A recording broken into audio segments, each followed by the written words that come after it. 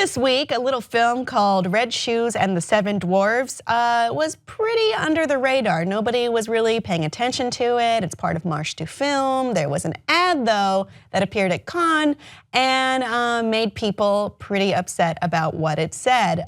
It basically implies Snow White is not beautiful if she is now overweight. And this sent a lot of people into, I would say, Twitter rampages about how unforward thinking this is, how body shaming it is, because it basically just shows a thin, statuesque Snow White next to a shorter, more heavy Snow White, and implying the shorter one is no longer beautiful, probably because of her weight. If you look at the clip of the trailer, it shows the two princes slash dwarves being weirdly leering at a woman changing, and then she takes off her shoes.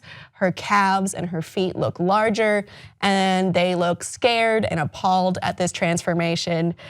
Chloe Grace Moretz, who is the star of, or the voice star of the film, has responded saying, "I have now fully reviewed the marketing for Red Shoes. I am just as appalled and angry as everyone else. This wasn't approved by me or my team. Please know I have let the producers of the film know. I lent my voice to a beautiful script that I hope you see in its entirety."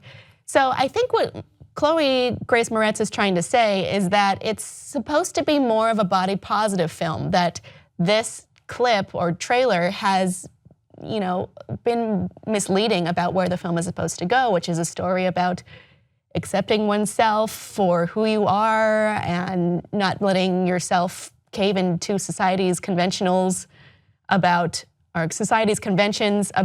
how you're supposed to look and what beauty is. I liked this movie better when it was Shrek, personally.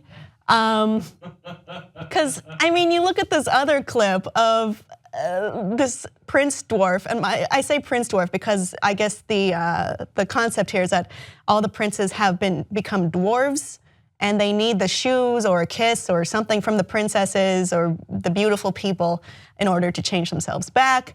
And it shows him weirdly trying to get the shoes off of a sleeping Snow White, taking a chainsaw at her, taking a crowbar, grabbing her by the ankle and flipping her around. I don't see who this is supposed to empower except foot fetishists. I don't get it personally. I think that this movie didn't ever expect to have this much attention on it. And it was not as, I don't think it could possibly, just by judging by what we've seen, measure up to how good it could be or how good they say it could be. I think it's going to end up being an extremely mediocre film. And like I said, Shrek did it better maybe 3 or 4 times. There is a long history of these types of movies, if this is what I believe it is, of animated mockbusters. This is the one for Shrek, I would say.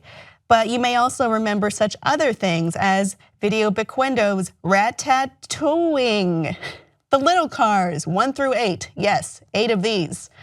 The Little Panda Fighter, Little Bee, What's Up? Balloon to the Rescue. I'm sure that's as touching as the scene that opened up. Tangled Up, Chop Kick Panda. Good God.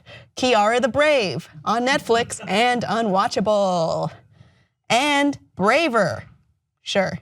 Frozen Land and Life's a Jungle, Africa's Most Wanted. I think this will end up following in those great auspices of terrible ripoffs of great animated films.